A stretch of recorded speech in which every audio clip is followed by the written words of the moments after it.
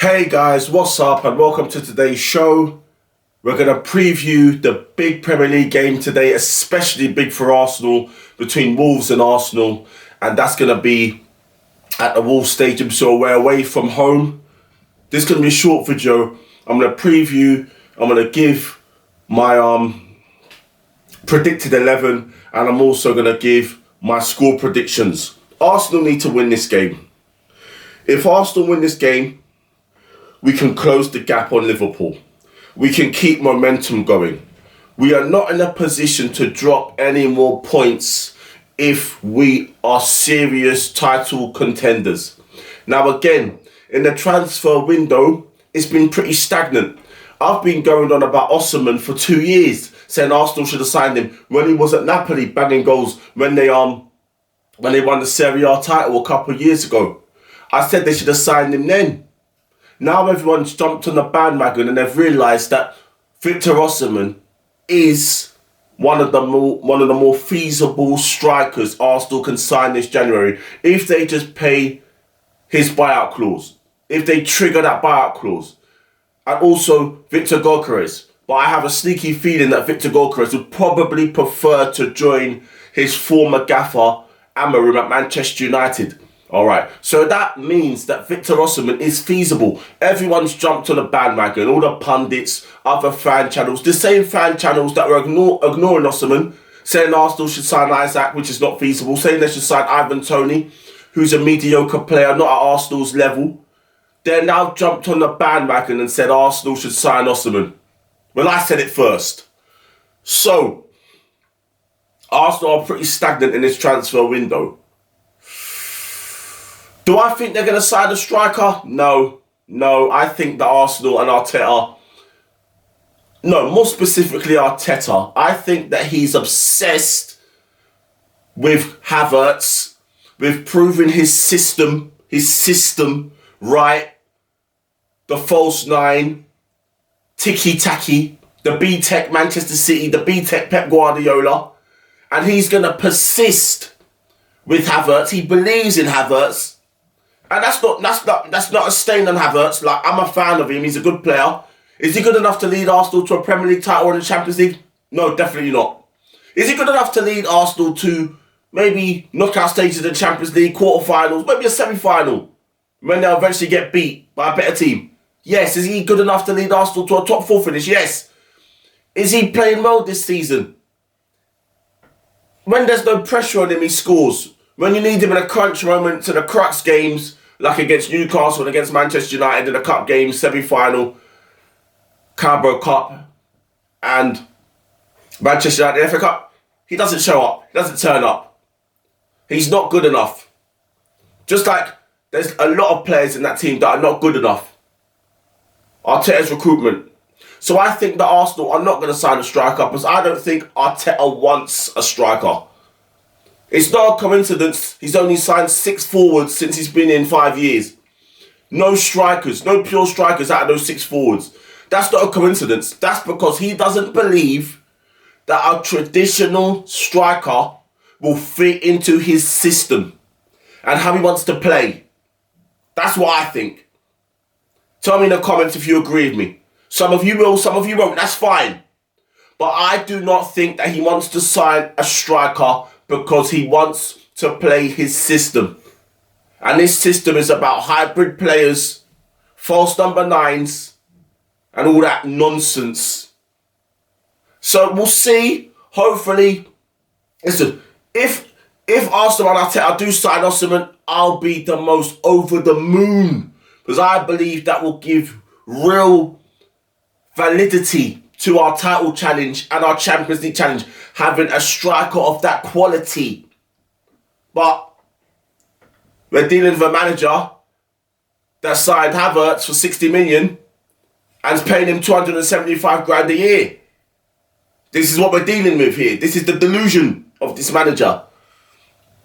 So we'll see. We'll see if Arsenal are going to push for a Sesko, push for a Vlahovic. That's not going to happen. Push for a Victor Gyökeres or a Victor Osimhen. We'll see. Because that's what we need. That is what we need to win trophies, a batsman up front that will guarantee you 20-25 goals. As for the game, it will be difficult. It will be a difficult game. Wolves in their ground away from home. It will be difficult. Arsenal need to go there, be professional, and get the job done. Beating Dynamo Zagreb at home in the Champions League, that means nothing. Zagreb are poor. They're a poor team who are third in the Croatian League. No disrespect to the Croatian League, but if they were in the Premier League, they'll be probably fighting relegation, or they'll be more suited to the higher echelons of the Championship. Now we're dealing with a proper team in Wolves, in their ground. It will be a test. And I hope it's a test that Arsenal and Arteta pass. Now, we have been proverbial bottle jobs. The season when Spurs beat us to the top four, Conte doing Arteta 3 seasons ago. When we blew the lead to City 2 seasons ago. Last season, when Villa and Unai Emery done us twice away from home, costing us the league. And there were also some other fixtures within that season that cost us the league, bottling it. I hope the same patterns don't happen again, where we are going to bottle it and drop points that we can't afford to drop. And if we do lose today's game, Arteta should walk and he should be sacked. Not acceptable. Now, I think we're going to win the game. And before I get onto the predictions, I'm going to give you my starting 11, who I think should start. Obviously, Raya in goal. The left-back situation, if Lewis Kelly's fit, Lewis Kelly. Centre-backs, Kivior and Gabriel. Timber at right-back. Partey in midfield. If Partey's at right back, I will lose the plot. Our best central midfielder should be in midfield. Partey in midfield with Declan Rice and Odegaard. Up front, Martinelli, Havertz and Trossard. That doesn't exactly strike fear into a lot of Premier League defences, I'm sure. But that's what we got. That's what I think the starting 11 should be. I'm not quite sure about the left-back situation. I don't know if Calafiori's fit enough to play yet. If Lewis Kelly's not available, I would place Zinchenko there. He can also go into midfield and help out there as well. So that's what I would do. But that's my starting 11. As for my score predictions, I'm sort of torn between two scores. I'm either thinking a 1-0 Arsenal or 2-1. But I'm gonna lean more to a 2-1 Arsenal win. And I hope that we win. Because we need to try and keep up the pace in this Premier League title race. Because even the teams coming from behind to get the top four, even the gap, I know City are poor, they lost to PSG.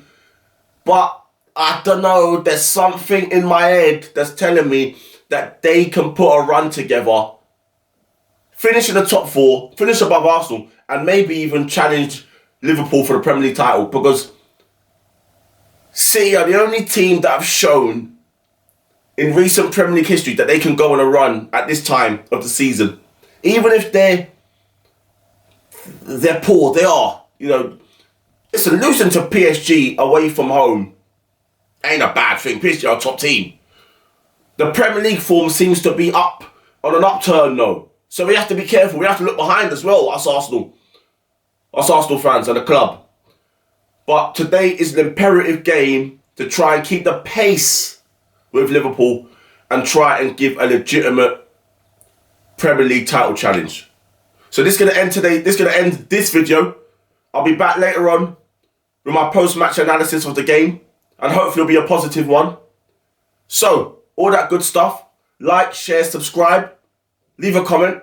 I love all comments. And I'll see you very soon for the next one. Peace.